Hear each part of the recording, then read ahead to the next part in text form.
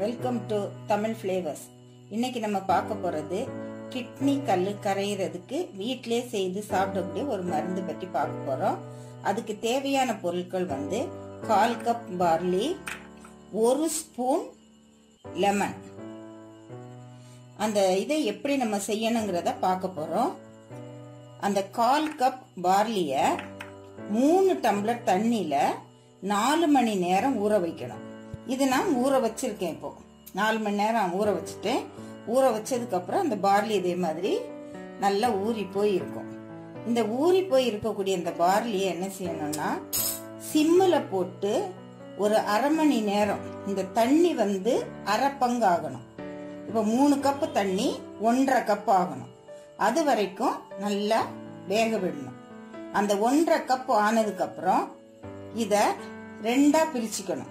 இந்த தண்ணிய 1.5 கப் தண்ணிய ஒரு நேரத்துக்கு 3/4 கப், இன்னொரு கப் நேரத்துக்கு 3/4 கப். ஒரு நாளத்தைக்கு 2 முறை சாப்பிடணும். அது 3/4 கப் கப்புல 1 ஸ்பூன் லெமன் ஊத்தி சாப்பிடணும். அப்படி ஒரு நாள் 2 தடவை, ஒரு வாரத்துக்கு 2 முறை சாப்பிடணும். இதே மாதிரி சாப்பிட்டுட்டு வந்தா கிட்னி கல்லு கரையும்.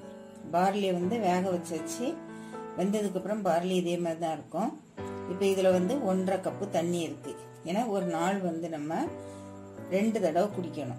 இந்த 1.5 கப்பு தண்ணிய இது பண்ணியாச்சு. இதை என்ன பண்ணணும், இப்போ வடிகட்டணும்.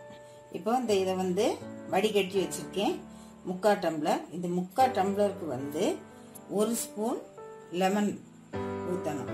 ஊற்றிட்டு இதை அப்படியே மிக்ஸ் பண்ணிட்டு அப்படியே குடிச்சிட வேண்டியதான்.